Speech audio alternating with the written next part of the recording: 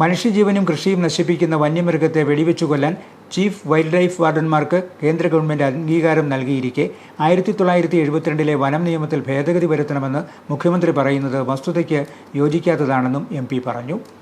സ്റ്റേറ്റിലെയും chief wild life വാർഡന്മാർക്ക് ഈ നിയമത്തിൻ്റെ അടിസ്ഥാനത്തിൽ കേന്ദ്ര ഗവൺമെൻറ് അധികാരങ്ങൾ കൈമാറിയിട്ടുണ്ട്. എന്ന് വെച്ചാൽ ഓരോ സംസ്ഥാനങ്ങൾക്കും അധികാരം കൈമാറിയിട്ടുണ്ട്. ഏതെങ്കിലും ഒരു സ്ഥലത്ത് ഇങ്ങനൊരു പ്രശ്നമുണ്ടെങ്കിൽ ആ പ്രശ്നം കൈകാര്യം ചെയ്യാൻ അതത് ചീഫ് വൈൽഡ് ലൈഫ് വാർഡന്മാർക്ക് ഓരോ പ്രദേശത്തെയും സാഹചര്യം അനുസരിച്ച് അവർക്ക് നടപടി സ്വീകരിക്കാം. അതിന് യാതൊരു തടസ്സവുമില്ല. അതിന് ഈ 72 വന്യജീവി സംരക്ഷണ നിയമം ഭേദഗതി ചെയ്യേണ്ട ആവശ്യമൊന്നുമില്ല. നിയമത്തിലുള്ള വ്യവസ്ഥ, ആ വ്യവസ്ഥ കൂടാതെ എല്ലാ സ്റ്റേറ്റുകൾക്കും.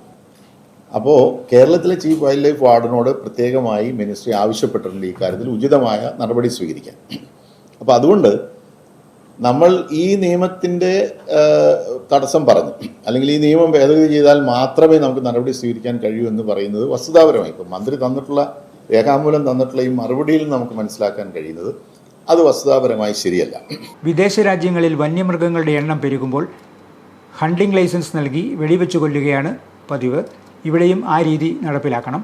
ഇക്കാര്യത്തിൽ സംസ്ഥാന സർക്കാർ അടിയന്തര നടപടിയെടുക്കണമെന്നും MP കോട്ടയത്ത് വാർത്താസമ്മേളനത്തിൽ ആവശ്യപ്പെട്ടു.